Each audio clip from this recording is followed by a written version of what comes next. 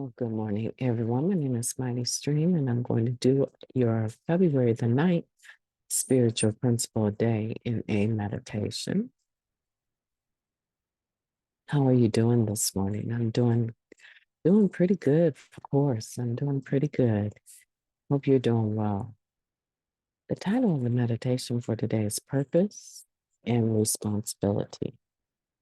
Groups have come together to form service bodies that help them achieve their primary purpose. Service bodies have formed work groups, boards, and committees to accomplish the tasks that support the groups. That comes from our guiding principles book, Tradition 9, opening essay.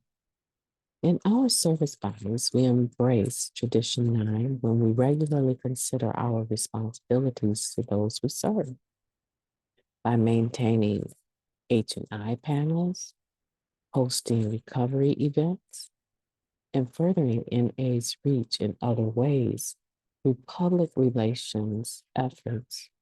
We make it possible for the groups to focus on providing an atmosphere of recovery for members.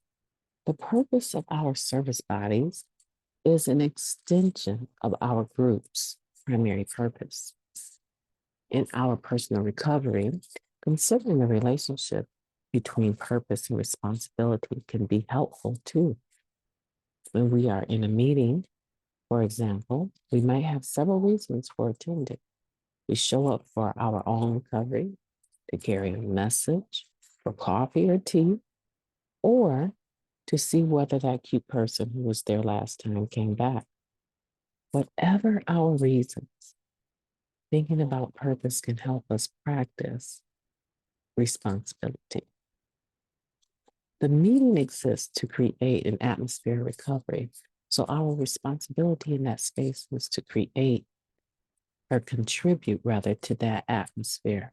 Let me repeat that sentence. The meeting exists to create an atmosphere of recovery. So our responsibility in that space is to contribute to that atmosphere, even if the cute person does show up. The same is true for other areas of our lives. Family, work, school, each has a purpose that may or may not align completely with our own. However, there's usually a fair amount of overlap. So we can practice responsibility by attending to that portion of our purpose that aligns with where we are at. We practice responsibility by looking for the overlap in purpose and focus on our energy there. The more we practice, the better we get. Fulfilling my purpose involves being responsible. I will consider my responsibilities in each area of my life and try to act accordingly. Let's take a moment of silence, followed by the we version of the Serenity Prayer. Moment of silence now, please. Thank you, God. Grant us the serenity to accept the things that we cannot change, the courage to change the things that we can, and the wisdom to know the difference just for today. Please and thank you. Isn't that meditation powerful, talking about purpose and responsibility? And I think it's really important to remember that our groups, right, have a primary purpose. And service bodies have a primary purpose, right? And all of it is to make sure that the atmosphere of recovery is established so that individuals that find our meetings have an opportunity to recover and experience, have a living experience of the primary purpose, right? Which is, right, to carry our message, right? Our purpose, rather, is to carry the message to the addict that still suffers. Our message is that any addict can stop using, lose the desire to use, and find a new way to live. Well, how does that happen? Come on, let's dig into that. How does that happen? if at every meeting when people come, the atmosphere of recovery is not established. Now, the atmosphere of recovery being established may change according to the individual, right? My definition of it may be different than your definition of it. But one thing that we can say for sure is that when we're talking about it, there's this connotation that it's peaceful, it's inclusive, um, a spirit of giving our heart and our ears to other people that are sharing. There's a spirit of being polite. We don't overtalk one another. We're mindful that we're listening while other people are talking. We're mindful that we're not making a lot of commotion coming into the meeting late. Right now, I know that I'm touchy about the topic, right? About the atmosphere of recovery. And probably, reasonably so. I got it honest, in other words, that I am concerned about that atmosphere recovery because I was such a problem. Come on now.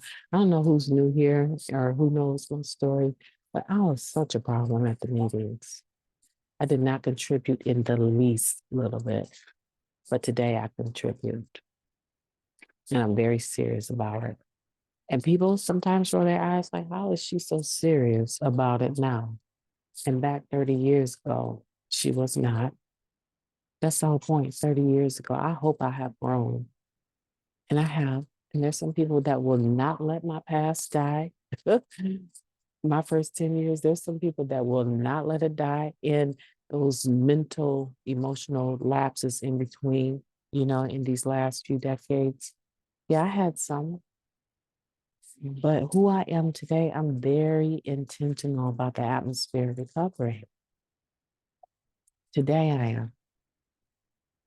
And that just means basically that anybody should be able to come into the meeting and actually hear the person that's sharing.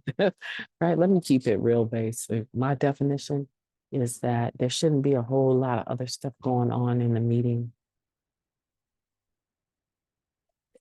when the meeting is going on. My definition is that, the atmosphere of recovery is not walking, by the back row and all of the people on the back row have pornography up on their telephones, their cell phones.